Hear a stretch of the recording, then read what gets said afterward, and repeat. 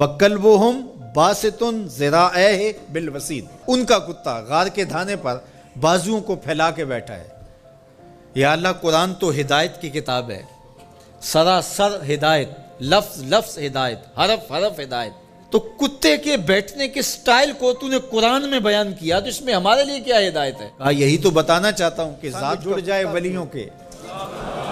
اور ولیوں کے دروازے پر بیٹھ کے پہرا دینے لگ جائے اور کسی کام آ جائے مشت خاک،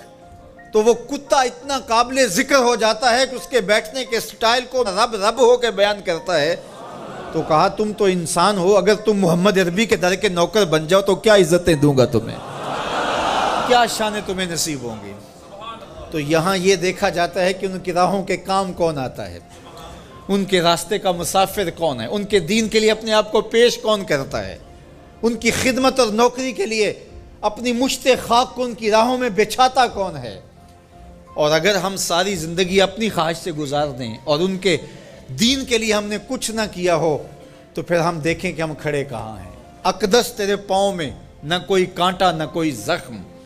پھر کیوں ہاتھ میں پرچم اسلام لیا تھا۔ اللہ تعالیٰ جل شانہ کی نعمتیں، اس کی کرم نوازی ہمارے اوپر پہم برسیں، لیکن ہم اس کے شکر گزار بندے نہ ہوں، نماز پڑھنا ہمارے لیے بوجھل بن جائے۔ تو کہا پھر گھوڑے اچھے ہیں، وہ اللہ کی راہ میں چلتے تو ہیں، کام تو آتے ہیں۔ تو کہا ان الانسان لربہ لکنود، بے شک انسان اپنے رب کا ناشکرا ہے۔ اس زمین کو ارض کنود کہتے ہیں کہ جہاں کچھ نہ اگتا ہو، بنجر زمین، جہاں نہ سبزہ اگتا ہو کہ جانور، نہ کوئی درخت اگتا ہو جس سے کوئی سایہ لیا جا سکے، نہ کوئی ایسا درخت اگتا ہو جس سے کوئی پھل حاصل کیا جا سکے، نہ شجرے سایہ دار دیتی ہو جو زمین، نہ شجرے پھلدار دیتی ہو جو زمین، نہ کسی جانور کے چارے کی ضرورت کو پیش کرتی ہو جو زمین، اس کو کہتے ہیں ارض کنود۔ وہ بنجر شخص جو انسانیت کے لیے نفع بخش نہیں ہے، لوگوں کے لیے خیر کا سبب نہیں ہے، انسانیت کے لیے نافع نہیں ہے اس کا وجود، تو وہ کنود ہے، وہ کسی کام کا نہیں ہے، وہ بنجر ہے۔ اللہ کہتا ہے اس بنجر انسان سے میرے محبوب کے غلاموں کے گھوڑے اچھے ہیں۔ اصحاب کہف کی غار کے دروازے پر بیٹھا ہوا کتا اچھا ہے، تو ہمیں پسند ہیں جو اس کے راستے میں کام آتے ہیں۔ میں اور آپ دیکھیں کہ ہم کہیں بنجر تو نہیں ہیں، ہم انسانیت کے لیے نافع ہیں، یا ہمارا وجود اس دھرتی کے لیے بوجھ ہے، ہم لوگوں کے لیے ضرر کا سبب ہے۔ جہاں سے گزرے لوگ تکلیف محسوس کرتے، کبھی کسی کی غیبت کی، کبھی کسی کی عزت اچھالی، کبھی کسی کی ماں بہن اور بیٹی کی آبرو پہ گلی محلے میں بیٹھ کے آوارہ لوگوں کی طرح باتیں چھیڑ دیں، کبھی ہم کسی کی تکلیف کا سبب اور ذریعہ بنیں۔ ہم یہ دیکھیں کسی کے لیے اذیت کا سبب تو نہیں ہے، بلکہ میرے حضور نے ارشاد فرمایا ایک وصیت کرتے ہوئے کہ خیر کی چابی بن جا، شر کا تالا بن جا، تیرے وجود کی وجہ سے خیر پھوٹے، جدھر سے گزرتا جائے روشنیاں پھیلتی چلی جائیں، نور بانٹتا جائے،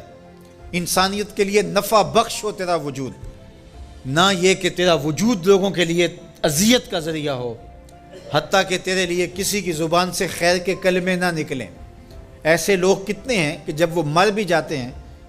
تو ان کے لیے لفظ ڈھونڈنے پڑتے ہیں، تو بعض لوگ لفظ ڈھونڈ ڈھونڈ کے کہتے ہیں اچھا ساڑھے نال تے چنگا ہی سی، اس کا مطلب یہ اس نے لوگوں کی ناک میں دم کر رکھا تھا، اس کی شر سے صرف میں ہی بچا ہوں۔ وہ ایسا شخص ہے کہ اس کی تعریف آپ بھرے مجمع میں نہیں کر سکتے، لوگ کہیں گے تم جھوٹ بول رہے ہو۔ اور کتنا خوش بخت اور خوش نصیب شخص ہے کہ جب وہ اس دھرتی کو چھوڑتا ہے تو زمین کی مٹی بھی روتی ہے،